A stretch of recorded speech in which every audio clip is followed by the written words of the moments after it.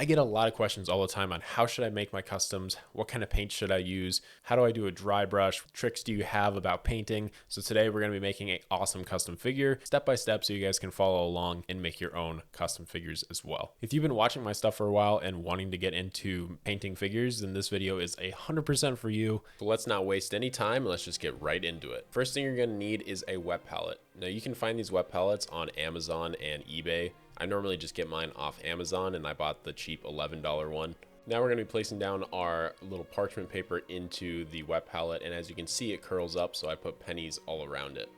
Then we're using some Citadel Rhinex hide, and this is going to be the fur color for the brute. Also, if you haven't already, make sure you ring that notification bell so you know when I make a new video.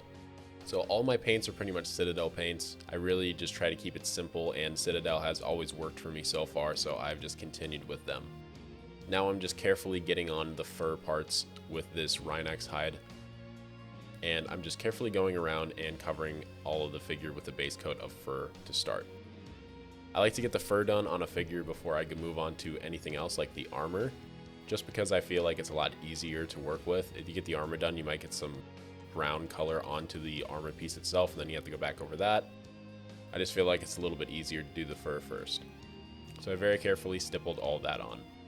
And this guy has a nice beard too, so I made sure I took care of that as well.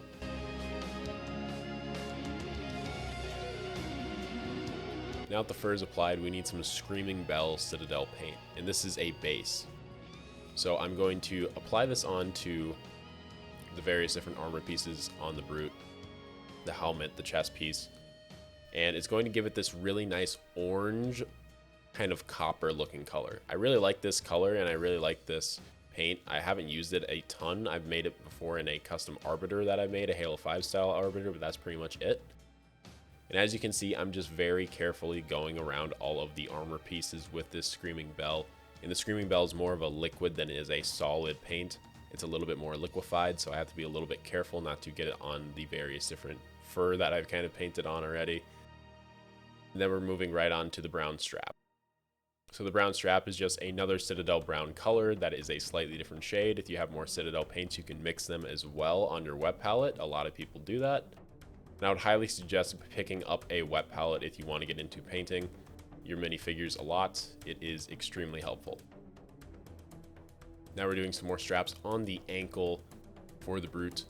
I figured it was really important to just add as many leather straps as possible to make him feel a little bit more brute-esque, and I was pretty happy with it. But a lot of times when you're painting, you just have to have patience and take your time. For the grenades here, which are just the brute shot grenades, I wanted to make them silver. Pretty simple. I also wanted to add some lights on the end of them, which is right here, which is a Vallejo blue. So when I use my Vallejo paint, it's a little bit more watery. It's a little bit more like the Screaming Bell, but even less saturized. So it's going to kind of run off the figure a little bit. But if you're using it in small areas like lights, it works perfectly. We're going back over with a little bit of gray for the skin tone here. And we're just making sure that every part of the brute kind of matches up. Now we're going to be assembling the figure here, and he's starting to look really cool. Just one coat of that Screaming Bell. I really like the color that we got so far with this brute. Now we're going to be painting up the helmet on the side of the brute just a little bit. I wanted to go for more of an olivey green, kind of a little bit more of like a Halo 3 style olivey green color. And then I wanted to just have a nice gold visor. I thought about making it silver, but I figured why not make it just gold? And I thought about putting like a skull on top of the visor, but I don't know. I didn't decide to do that. It wasn't something I was super interested in, so I just went with a nice gold to make it simple on myself.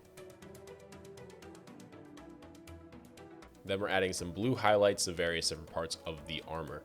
Now I wanted to go for this orange blue kind of look. I thought it would be really important and pretty cool. And as you can see, I'm just very carefully going around with a very small brush. This is all sped up at around 200 speed, so I'm really taking my time. Pretty much a number one thing when it comes to sculpting or painting your figures is just taking as much time as you possibly can to continue to grow and get better at, well, painting. Painting is pretty hard sometimes, so it's definitely good to get better at it and learn more and more about painting and painting figures. So hopefully this video will help a lot of you out in your own custom journey. Then we're just adding more blue to various different areas, just trying to keep things highlighted and make the figure look interesting. and we're completely making his shoulder piece here blue. The blue and Screaming Bell orange just looks so good together. I really like how the colors contrast, and I think it really fits the Spartan Slayer theme. Now I get this question a lot, how do I do a dry brush? And as you can see, this is how you do a dry brush. You get a little bit of paint on the front of your brush, that's silver, wipe it off onto a paper towel, and very carefully go around and just slowly apply down some of that nice silver to your figure. It's super simple, but a lot of people ask it, so whenever someone asks me how to do a dry brush, I'm just gonna point them back to this video now and be like, here you go, this is how you do it. Pretty much just going around and very carefully taking care of various different spots on your figure, and it starts to make a lot of magic happen. And for the first time ever, I painted a gun. Wow. I know a lot of people always want me to do gun paintings, and I figured, you know, this guy needs some kind of special mauler or something. Since he's in Halo Infinite, all the bosses have some kind of cool gun, so figured I'd give him a mauler and just kind of color code it the same way I did his armor, and I think it turned out pretty good.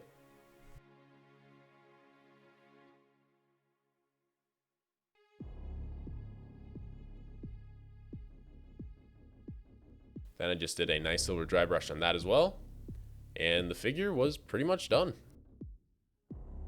Pretty simple, but I really like how he turned out, and I hope you guys like the reveal.